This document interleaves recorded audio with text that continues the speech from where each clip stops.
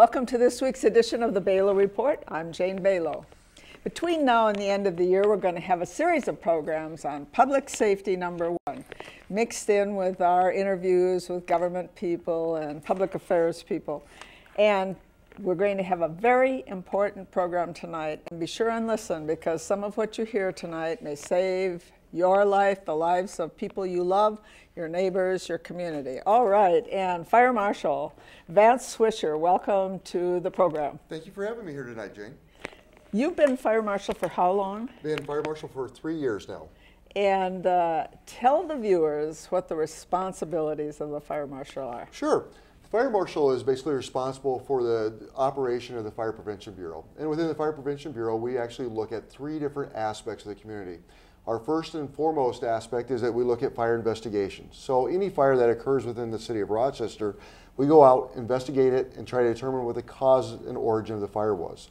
From those aspects, or from that information, we can generally go out and look and see ways to make our community safer. You know, are we seeing faulty electrical devices, appliances that are going bad? Are we seeing habits in our population where they're doing things that are not fire safe and everything like that within the community?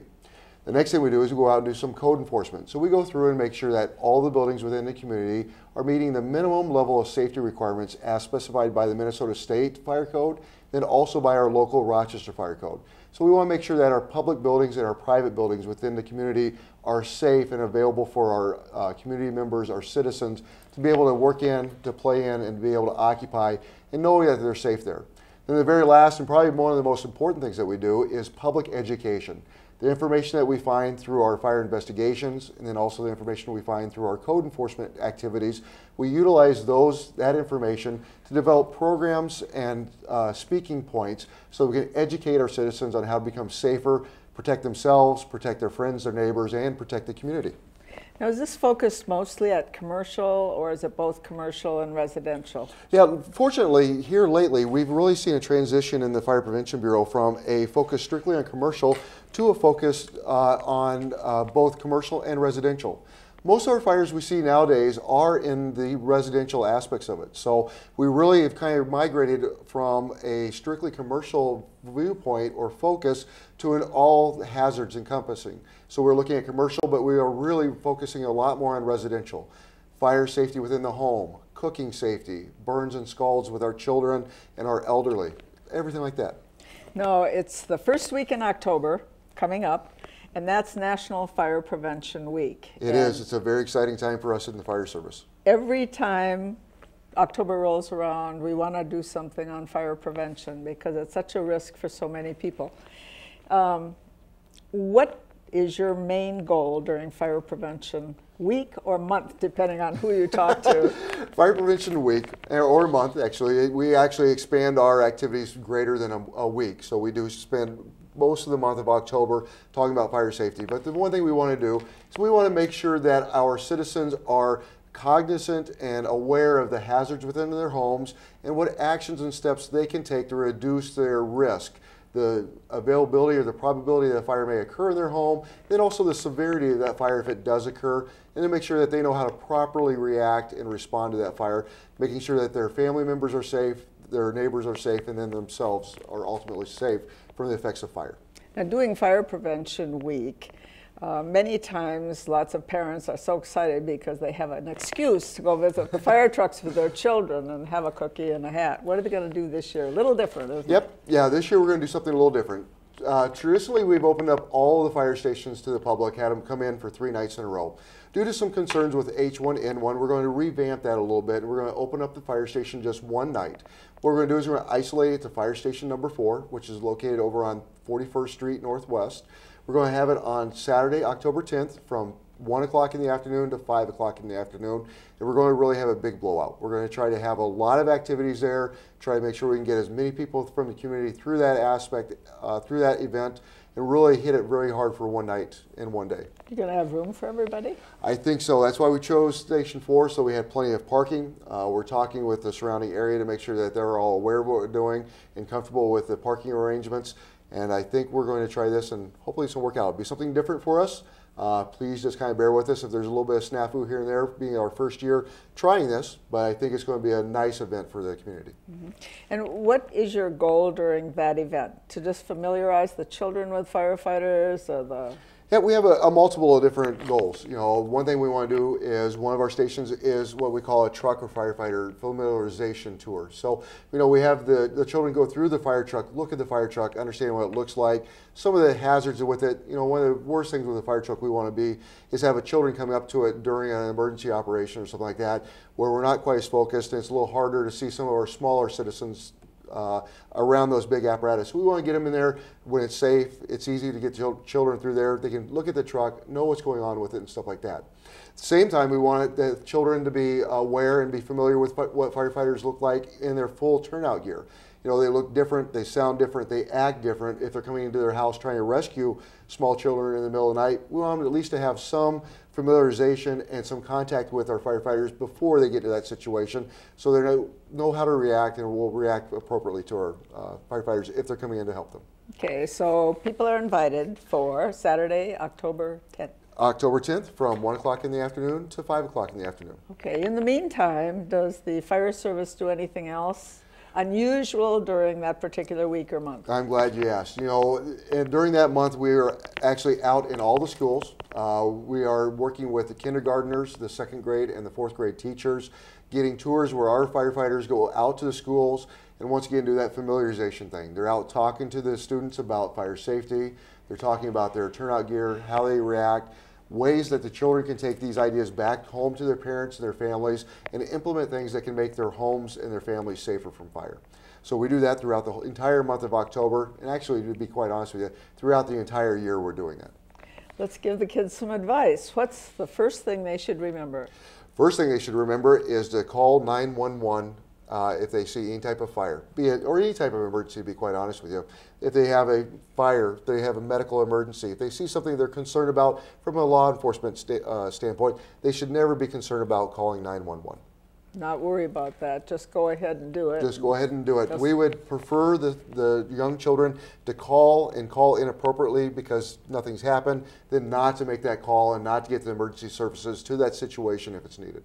Now, lots of these little ones don't have a cell phone or access to a phone. What do they do? Go to a neighbor or go to part of the school where? Yep. What we want to do is, you know, everyone, we want to be able to teach our children where to contact 911. You know, depending on what the situation is, they can make a call from their house if it's a medical emergency. If it's some type of thing that they're worried about and they need law enforcement help, they can use their phone in their home. If it's a fire emergency or a fire situation, obviously we want them to escape the house and be able to go to a neighbor's house or to a business or somewhere else that they can call 911. And all that should really be encompassed within an emergency plan for their home. You know, the parents should really sit down and talk with their children about escape routes, how to react to different types of scenarios, be it a fire, be it severe weather, an intruder. All these things should be encompassed within a response plan for that home and that family so that everybody knows under what type of situation they should react a certain way and everybody within the family would know how to react. So, cell phone plan or a telephone access plan as part of an emergency escape plan. Correct. So every child in the school, you say, you go home and you ask mom and dad, do we have a plan? Yes. Yep. So generally we even sit down with the teachers, provide them some documentation and some literature to be able to send home with the children in kindergarten, second grade, and fourth grade. That allows them to go home, sit down with their parents, and actually try to develop a home safety plan so that they can have some literature in front of them, work with that literature, and have the tools necessary to develop that plan with their parents. Used to be stop, drop, and roll. Tell us about that. Stop, drop, and roll is also a very important message that we want to get out to our children. What happens is if a child has their clothes, or an adult have their clothes ignite on fire, it's the appropriate response. Generally what we would see is a person would get concerned and may run or something trying to get away from the fire even though the fire is on them, their persons themselves. So what we want to do is we teach fundamentally over and over again, stop, cover your face, drop on the ground, and roll until the fire is out. That is the best method to extinguish a fire if your articles of clothing on your body have ignited. I suppose you also include don't play with matches or inflammables, or tell us a little bit about that. Yep, we go through quite a few different safety tips. One thing we talk about are items that can be used to ignite a fire, be it matches, lighters, stoves, and stuff like that. What we're really trying to do is encourage our children not to play with them. You know, as all children of age and as they grow, they're curious about stuff. They want to explore and expand and try to learn how things work in the world. Unfortunately, a lot of times what we see are children will get a hold of these type of devices, be it matches or a cigarette lighter. They'll go into their closet or into their bedroom because they don't want to get caught by their fathers or their mothers and play with these things and accidentally ignite their house, ignite their friend's home, or something on that nature on fire. So we really go through a lot of education principles regarding how these items are tools. They're not really used to be need to be played with. When you find these type of items in your home or your friend's home, you bring them to an adult so that an adult can put them in an appropriate location away from young children. Mm-hmm. Candles, fireplaces. Candles and fireplaces are another thing we talk about. You know, we all like our homes to look very appropriate. During this time of year, we also like the fact that we have scented candles that can give us that holiday feel, be it during Thanksgiving, Christmas, and everything like those type of times.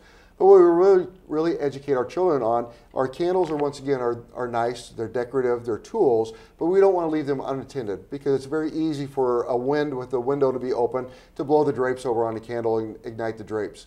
We've actually seen where pets have caused numerous fires in Rochester by knocking candles over and igniting the home at the same time.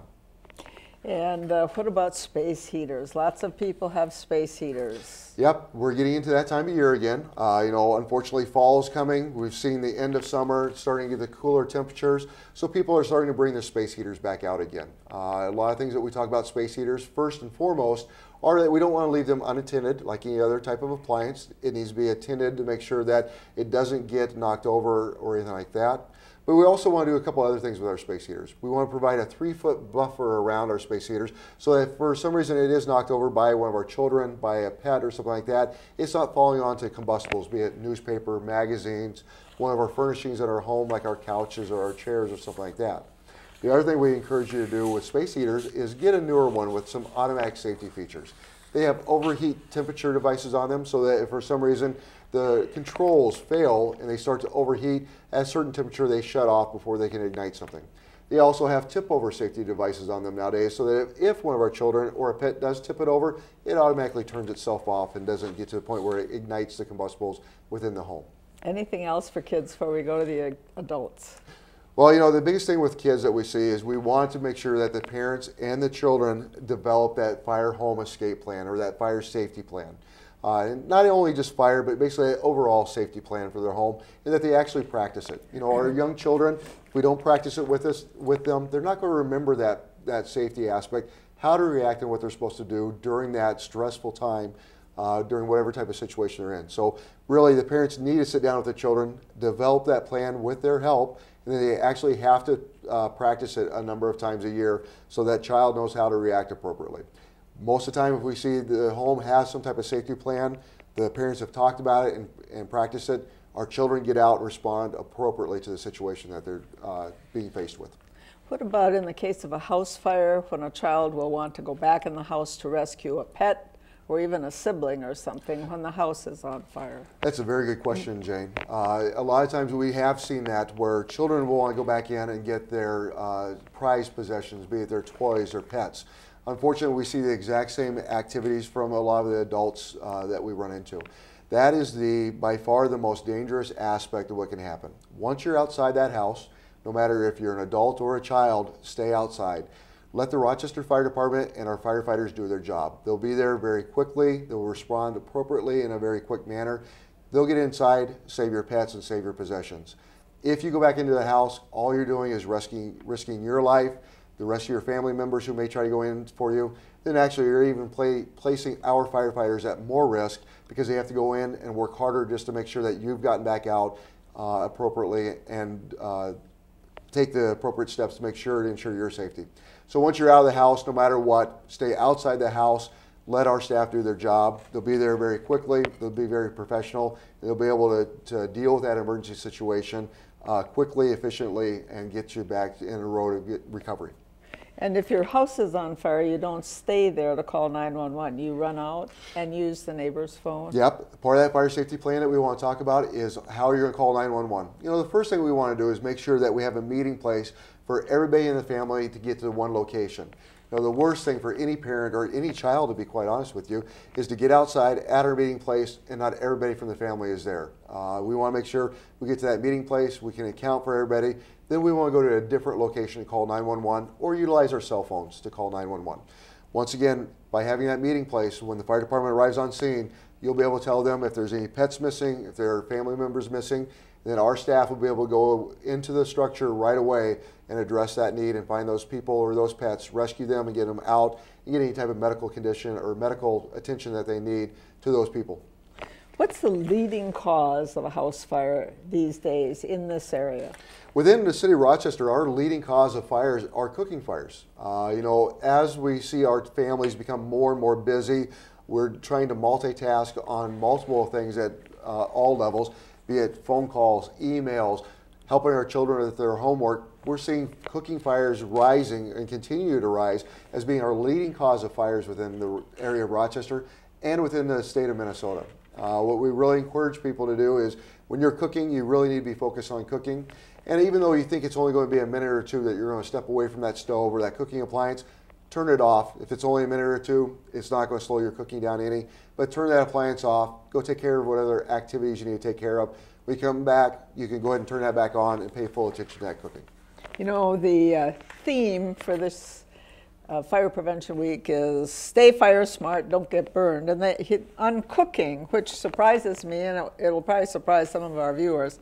Cooking is the leading cause of home fires, accounting for 40%. I know you know this, and 36% of related injuries.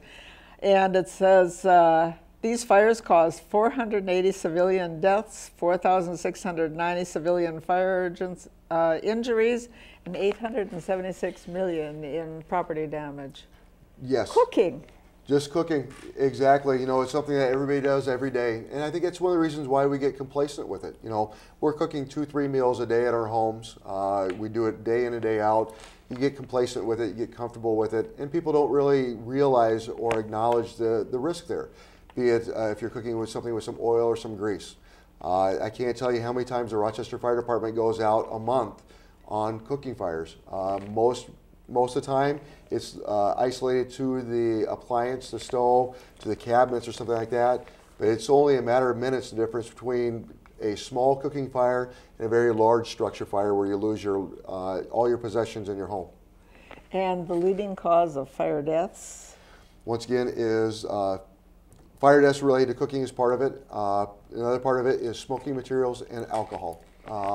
Though we are starting to see a decrease in the use of smoking materials within the United States, smoking materials still are one of the leading causes of fires. And we want to really emphasize those citizens within the community that are still smoking or still require themselves to smoke, to make sure you take the safe steps. You know, that you're smoking in an area, that you're not on a couch or on a chair, that you're disposing of your cigarettes appropriately. A lot of times what we see is an individual is smoking, falls asleep, the cigarette or the cigar falls into the seating appliance that they're in, the cushion of the sofa, the cushion of the chair, and then that ignites and then actually burns them or creates an opportunity for them to expire. The plan that you have, your escape plan, is supposed to have 2 ways out of your house and a place to meet. When you have a plan, do they ever talk about stopping smoking, since that causes 1 in 4 fire deaths? Yeah, we've actually talked about that a little bit. You know, we've looked at different ways. We've worked with community health on smoking, actually at the state level and the national level. A lot of fire marshals, both city fire marshals and state fire marshals, are looking at different ways to enact ways that we can reduce that smoking risk. One of the things that we've done in the state of Minnesota is what we've gone to is what's called a fire-resistive cigarette. If you're actually not utilizing that cigarette by actually puffing on it on a continuous basis or on a timely basis, it actually self-ignites or self-extinguishes. So it reduces the opportunity for that cigarette to be dropped into a couch, be dropped into a chair, and ignite that seating into on fire to cause a fire within the house. How many smoke alarms or smoke detectors should the average house have? Yep, that's kind of it depends on your home. Your average home should have one smoke detector per level. And then you should also, in addition to the one smoke detector per level, have one in each of your bedrooms and one outside your sleeping area. So what we're trying to do is trying to make sure that we're protecting that main egress path out of your sleeping room to the front door with smoke detection. We want to have that early detection throughout the house to make sure that you have the most rapid and accessible route out of your house in case there's a fire. Now the thing with smoke detectors are, we want to make sure that not only do you have them, but they work appropriately. So we want to make sure that you're testing them on a monthly basis by utilizing the test button. We want to make sure that you're changing your batteries every 6 months so that we have fresh batteries and they can work appropriately.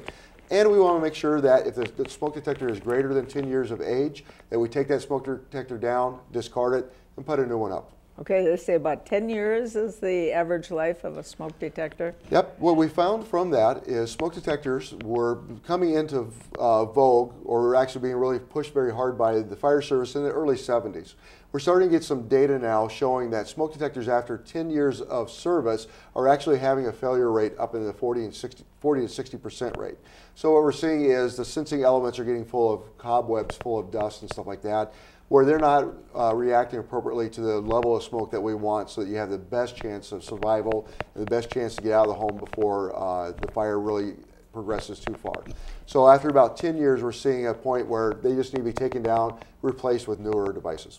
Now, do you have a special kind you recommend to the people? I mean, should they be hardwired? Should they be battery supported? Should they be both? Yep. Actually, what we like to see nowadays, and it's actually required for code and new construction, is we like to see hardwired with battery backup. So battery backup. So what we're getting there is we're getting the best of both worlds. We have constant power to that smoke detector as long as there's power to the structure through your normal electrical system throughout the home. And then if for some reason we have a power outage, we have the battery backups to be able to provide power to that smoke detector for a significant amount of time during that power outage. So that way, no matter what, we're pretty confident there's always be power to that device, providing the level of protection that we want for the family members that are staying in that home. What about how much are smoke detectors? Smoke detectors range anywhere from $5 a piece up to about $50 a piece. And actually, to be quite honest with you, there are some that are up in the hundreds of dollars. The main thing that we're worried about for a smoke detector is that it has the UL listed label on it. And what that is, if you get on the back, you can see it along most of your appliances nowadays, there's a little UL label on the back of it. And what that means is that device has been tested by underwriters, laboratories, and meets the minimum standards for that type of device. So that's your safety mark to make sure you know you're buying a device that is meeting the minimum safety requirements provided within the United States of America. Some people say the easiest thing to remember about changing the batteries is when you set your clock forward and back. Twice a year you do that.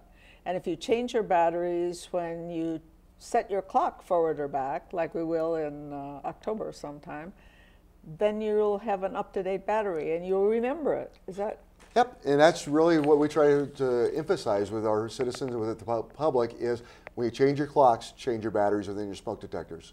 We're actually working this year for our springtime is trying to get a company or a battery company to provide a number of batteries to the Rochester Fire Department that we'll make available to the citizens, maybe like an exchange program where you can come in, exchange your used batteries out of your smoke detectors. We'll give you fresh ones to put back in your device. And do that when you set the clock. Yep, when we set our clock, back and forth. We'll do that and hopefully have that that system available for the spring of 2010. All right, I can remember the batteries, but I can't remember whether you set it forward or back. Anything else with respect to the home? Yeah, you know, we're really getting into that time of year where we're looking at the heating appliances and our heating season. One thing we want to start looking at with the heating season coming on is we want to make sure that our heating appliances have been inspected and tested and cleaned. You know, they've been sitting around all summer collecting dust. We haven't used them, but we want to make sure we're getting them ready for the winter that's coming on. Minnesota, we have cold winters. We really tax our heating appliances within our homes, so we want to make sure that they're ready and available for when we use them. Along with that, with being a Minnesota winter and we're all trying to conserve energy like we do, we're making our homes tighter and tighter than we ever have in the past. So they're not breathing like they used to. When I was young growing up, we used to have wind come through some of the windows and stuff, so we got some air exchange.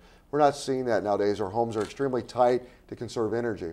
The downside to that is if we ever do have some type of problem with one of our heating appliances, we have a high probability of having carbon monoxide build up in our homes and creating an opportunity where we may not be able to wake up or notice that unless we've installed a carbon monoxide alarm within the house. I was just going to ask about that. And where should they put those? Well, within Minnesota, we do have a Minnesota state statute that requires carbon monoxide detectors in all living dwellings, be it single family, multifamily, or condos. With that, what we want to make sure that we have a carbon monoxide alarm outside each sleeping unit. So if you have a bundle of sleeping units, let's say 3 bedrooms come into one hallway, you can put it outside that hallway as long as you can hear it from the hallway. The main thing that we're looking for is that device is available to wake you up in the middle of the night. During the day, you're going to notice the flu-like symptoms. You're not going to feel good, you're going to feel sick, you're just going to not feel well. And as you're moving around your house, you're going to hear that device go off. But where we really get concerned is when carbon monoxide starts building up within the home at night, when you don't have those senses to be able to notice that I'm not feeling well, something's not quite right. We want that carbon monoxide alarm to wake us up so we can respond appropriately and get our family members out before that level of carbon monoxide in the home gets to a level where it has a detrimental effect on us. As a fire professional, do you have any opinion on the recent attempts to make the fire code, construction code with respect to fire more stringent, even to the point some people say even sprinklers in a home dwelling? Yeah, I do. As a fire code official and as a firefighter, I have some feelings on that. What's happened is the International Code Council, this is the group that actually develops all the model codes used throughout the United States for constructing of homes, commercial buildings, and stuff like that. During their last council, they've actually talked about requiring automatic sprinklers in residential properties. If you look at the statistics that we deal with, not only here in Rochester, but nationwide, we are having fires within our residential properties. They're not, we still have fires in commercial, but we're having them more and more often in our residential properties. If you also look at the loss of life, we're having loss of life in our residential properties. What we can see from this is by installing automatic sprinkler systems or installing fixed fire protection systems or increased fire safety requirements within these codes, we'll be able to directly affect how severe that fire becomes within that residential property and most likely reduce the number of fatalities we see not only in our general area but across the United States. Okay, now do you have enough people to do all these inspections? And we didn't even talk about investigations. They'll say in the paper, according to fire marshal, this is a suspicious or it's not a suspicious fire. Do you have enough people to do all this? Of course, we'd always want to have more people. Currently in the Fire Prevention Bureau, we have 3 staff members, and we rotate all the duties, like we talked about earlier, of investigation, code enforcement, and public education. What we do to supplement our current staffing levels is we utilize our operational staff, the guys you see on the fire trucks out there. They go out and help us do some company inspections. They do some of the public education aspects for us, and then they'll also, be quite honest with you, help us out during investigations by helping us dig out some scenes and move some heavy stuff. We always love to have more staff, but it all comes down to budget. We're all competing very heavily for budgets nowadays, both from the operational staff to the prevention staff. But I think we're doing okay. We could always most definitely use more staff in the Bureau, though. Or public safety #1, right? Public safety #1. All right, we only have 1 minute and 15 seconds left, and anything that our viewers can do to help you do your job? The main thing you could do is make sure that you're doing your cooking. You're paying attention to your cooking. You're aware of it. If you're a step away from that stove, go ahead and turn it off for a little while. Second thing you can do is make sure you do a fire safety plan within your home. Plan it with your children and with all your family members, and practice it. If you practice it, you're going to know how to respond appropriately during that stressful time if you have an emergency. And last but not least, stop by a fire station, say hi to the guys, come see your department. We're very fortunate with the equipment the citizens provide us, but it's your equipment. We get to play with it, but come by and see what you buy us. Is there a website? We do. We have a Rochester Fire Department website. It's on the rochestermn.gov website. Go underneath departments, the fire department. It will have information there on the Fire Prevention Week activities, then also on your fire department.